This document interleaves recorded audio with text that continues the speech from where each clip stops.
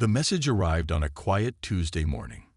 Every screen on Earth, from Times Square billboards to smartphones in rural villages, flickered simultaneously before displaying the same stark message. Your species has been deemed a threat to galactic stability.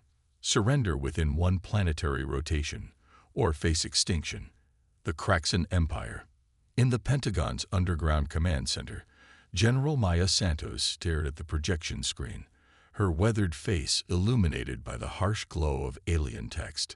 25 years of military service hadn't prepared her for this moment. The room buzzed with a mixture of fear and determination as global leaders connected via emergency channels. "They're broadcasting on every frequency in every language," reported Dr. James Chen, Earth's leading xenolinguist. "The translation matrix they're using suggests technology far beyond our current capabilities." His hands trembled slightly as he adjusted his glasses, but his voice remained steady. Before anyone could respond, orbital satellites detected massive objects emerging from hyperspace, massive crystalline ships that looked like shattered mountains drifting through space. The Kraxan fleet had arrived, positioning themselves in a perfect geometric pattern around Earth. "Their energy readings are off the charts," Lieutenant Sarah Martinez announced, her eyes fixed on the sensor data. "One of those ships could probably level a continent." General Santos straightened her uniform and addressed the gathered leaders. "Ladies and gentlemen, I know what you're thinking. We're outgunned, outmatched, and they're giving us an ultimatum. But I studied every conflict in human history, and I can tell you this: the side with superior technology doesn't always win." In the following hours, something unprecedented happened. Nations that had been enemies for generations found common ground. Border disputes were forgotten. Ancient rivalries gave way to cooperation. Humanity began to unite not through peace, but through the threat of extinction.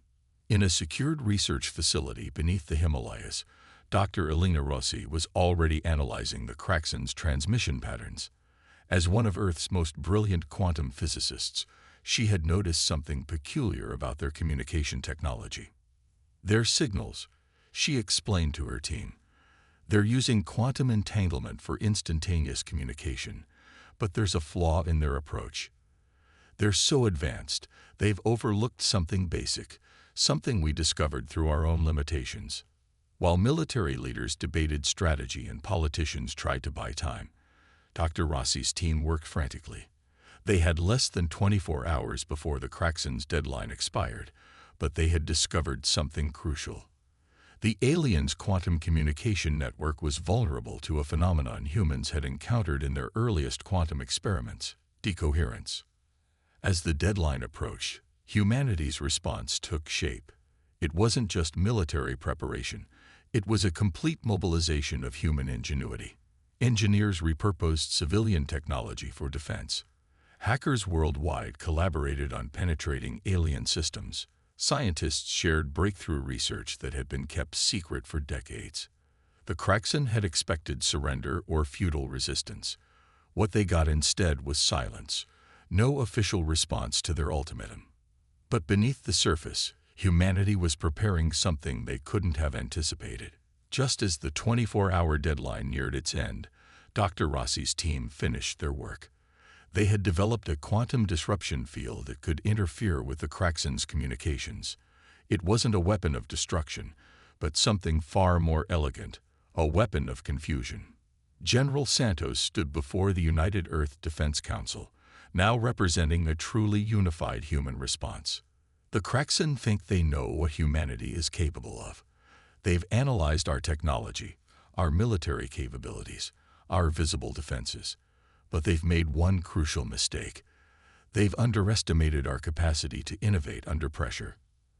As the deadline expired, the Kraxan fleet began to power up their weapons.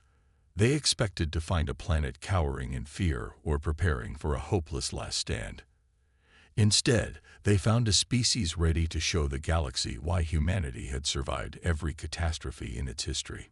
The war for Earth was about to begin, and humanity's greatest strength wasn't in its weapons or technology. It was in its ability to think differently than any species the Kraxan had ever encountered. The first day of the war would prove to be unlike anything the galaxy had ever seen. Part 2. Innovation Under Fire. The Kraxen's first strike came without warning. Massive energy beams lanced down from their crystalline ships, targeting major military installations. But instead of finding vulnerable targets, their weapons encountered something unexpected. A shimmering barrier of quantum interference that scattered their energy attacks into harmless light. In her underground lab, Dr. Elena Rossi allowed herself a small smile. "The quantum disruption field works," she announced to her team. "But we got maybe an hour before they adapt their weapons frequency." General Santos watched from the command center as the Kraxen's initial attack failed. "Now for Phase 2, she ordered. "Launch the mirrors." Across the globe, thousands of seemingly ordinary communications satellites revealed their true purpose.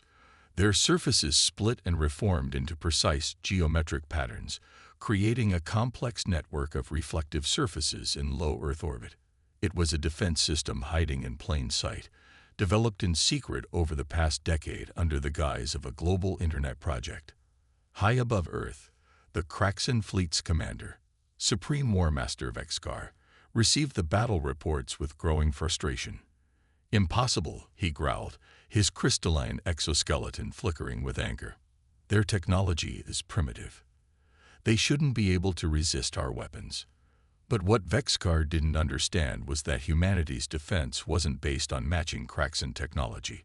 It was based on understanding fundamental physics in ways the Kraxen had never considered. The mirror network wasn't just reflecting energy weapons, it was capturing and redirecting their power. Dr. James Chen, working alongside Dr. Rossi, had made a crucial discovery about the Kraxen's technology. Their entire weapons system relies on perfect quantum coherence, he explained to the Defense Council.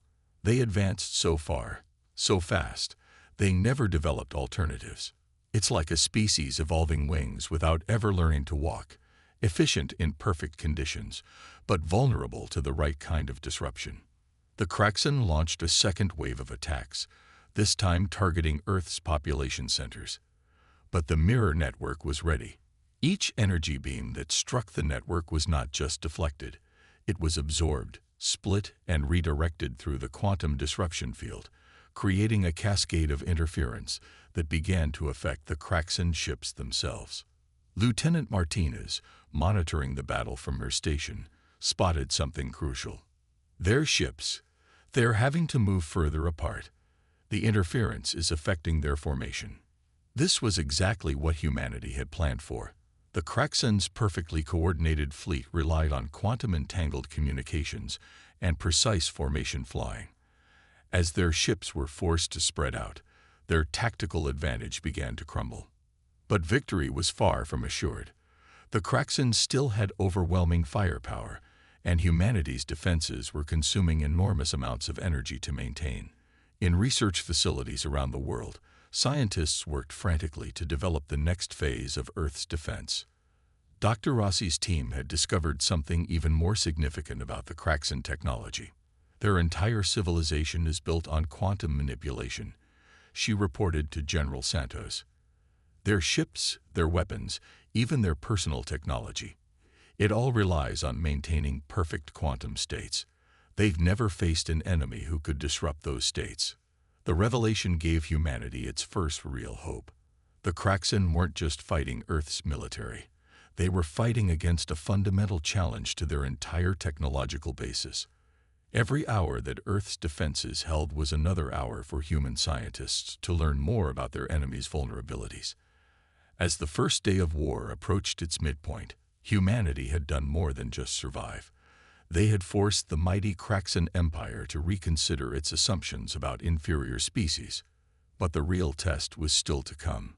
The Kraxen would not accept defeat easily, and their next attack would test humanity's ingenuity to its absolute limit. The counterstrike. In the depths of the Himalayan facility, Dr. Elena Rossi made a breakthrough that would change the course of the war. Their quantum technology isn't just a weakness, she announced to General Santos, her eyes bright with revelation. It's a backdoor into their entire system. The discovery was elegant in its simplicity. The Kraxen's reliance on quantum-entangled systems meant that disrupting one part of their network could cascade through their entire fleet. It wasn't just about defense anymore. Humanity could actually fight back.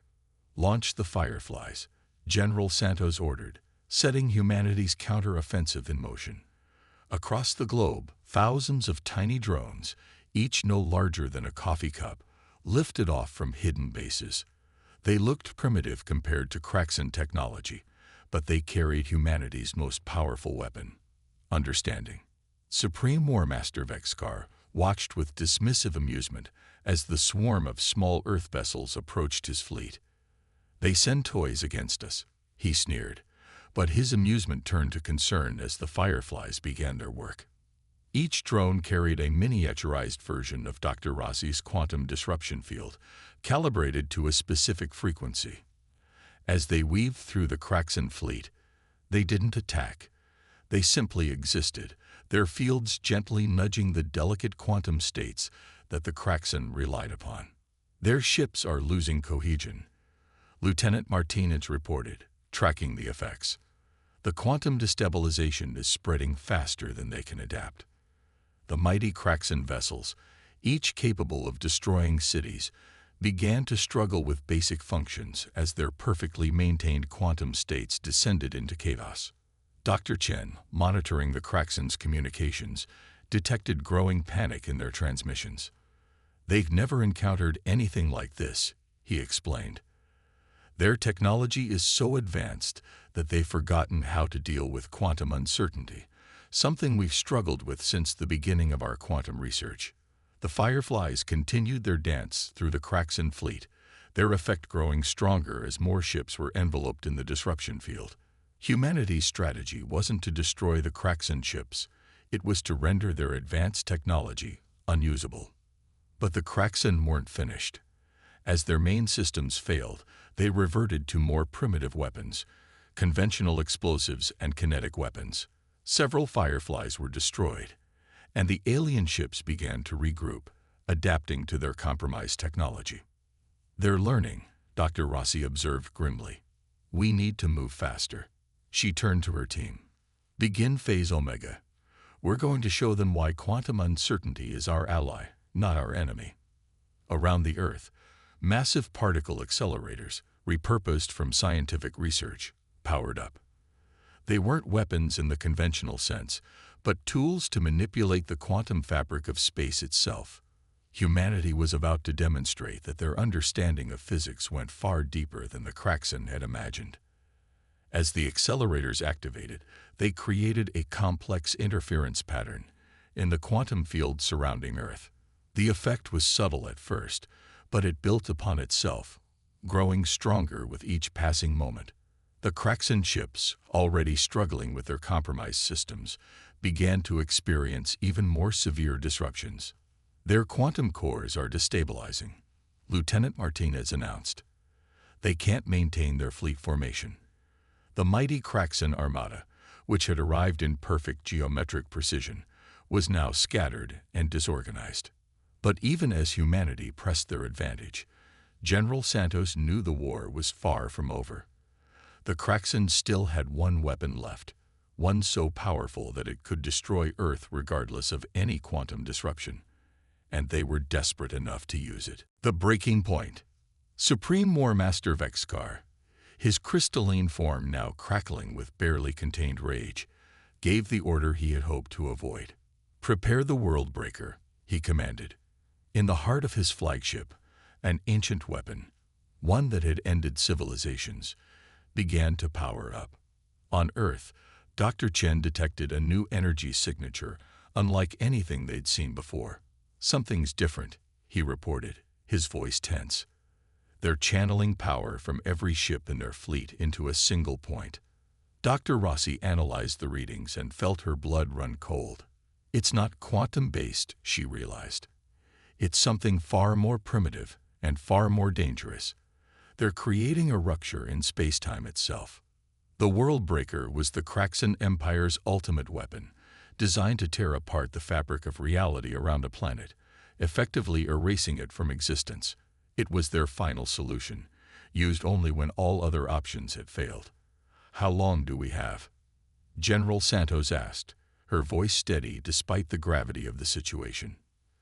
20 minutes until full power," Lieutenant Martinez responded, monitoring the energy buildup. "Once it starts, we can't stop it." But Dr. Rossi had already begun formulating a plan. "Their weapon tears space-time," she explained, her mind racing. "But what if we could use that against them? Earth's magnetic field. We could use it as a resonance chamber." The idea was audacious. Earth's magnetic field, which had protected the planet for billions of years, could be transformed into a weapon of unprecedented power. But the risks were enormous. If they failed, they would only accelerate Earth's destruction. General Santos made her decision. "Do it," she ordered. Humanity didn't come this far to surrender now. Across the planet, power grids were redirected. Every particle accelerator, every quantum disruption field generator, every piece of technology humanity could muster was turned toward a single purpose: amplifying Earth's magnetic field to unprecedented levels. In space, the Kraxan watched with confusion as their sensors detected the strange transformation taking place around Earth. The planet's magnetic field was changing, twisting into patterns that defied their understanding. 15 minutes to world breaker activation, Lieutenant Martinez announced. The countdown had begun.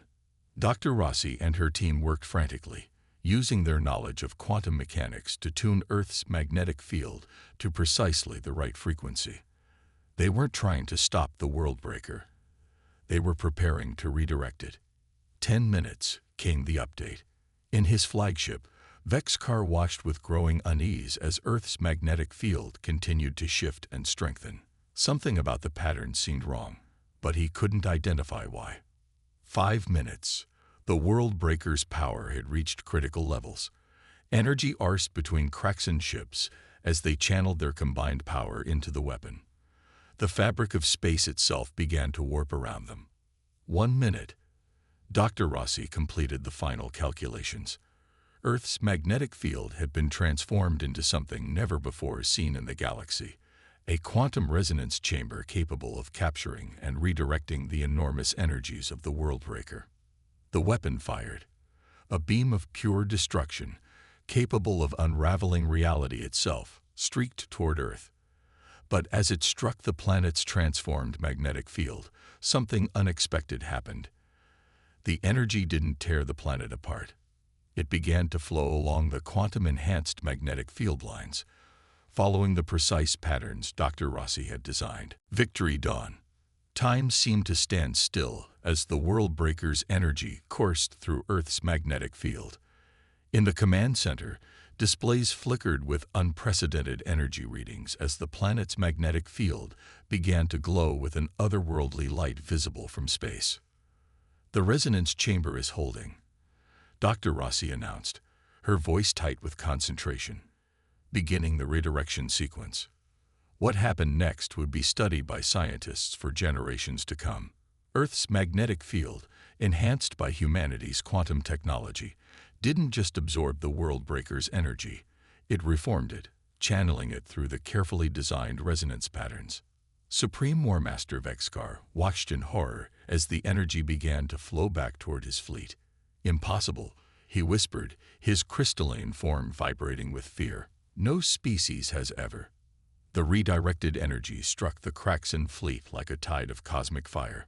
But instead of destroying the ships, it did something far more elegant. The quantum-enhanced wavelengths penetrated their hulls, disrupting the very technology that made the Kraxan Empire so powerful.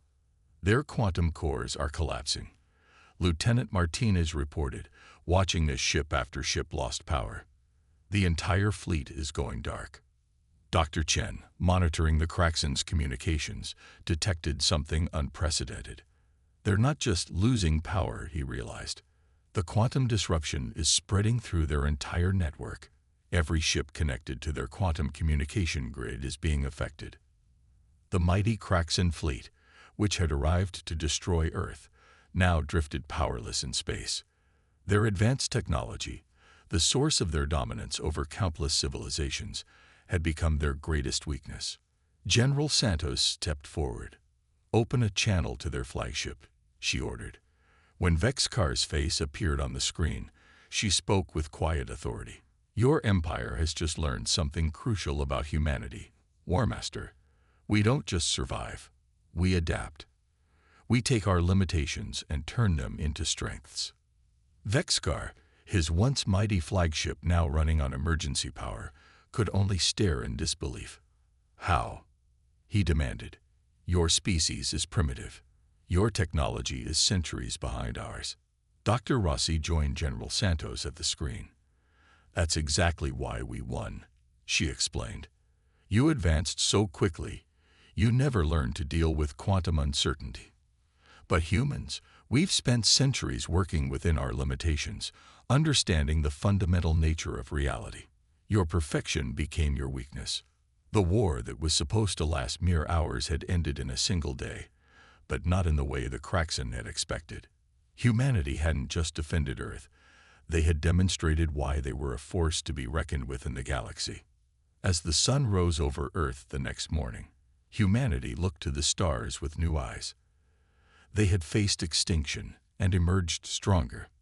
The Kraxan Empire, humbled by their defeat, would be forced to reevaluate their entire understanding of technological progress. In the aftermath, Dr. Rossi stood with General Santos, watching the disabled Kraxan ships being towed into stable orbits. "What do you think they'll learn from this?" she asked. General Santos smiled. "They'll learn what humanity has always known, that true strength isn't about having the most advanced technology or the biggest weapons. It's about understanding, adapting, and never giving up, no matter the odds." The day Earth fought back had changed the galaxy forever. The Kraxan Empire had arrived expecting to find a primitive civilization ready for conquest. Instead, they had discovered why humanity's greatest weapon had always been their ability to think differently, to turn weaknesses into strengths, and to face impossible odds with ingenuity and determination.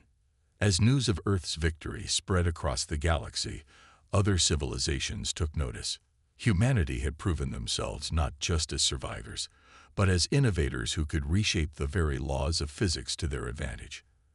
The species that had been deemed a threat to galactic stability had become something else entirely, a beacon of hope for civilizations everywhere, proving that the path to advancement wasn't just about power, but about understanding. The war had lasted mere hours, but its impact would echo through the cosmos for centuries to come. Humanity had taken their first steps onto the galactic stage, not as conquerors or victims, but as beings who had proven that the greatest power in the universe wasn't technology, it was the ability to think beyond its limitations.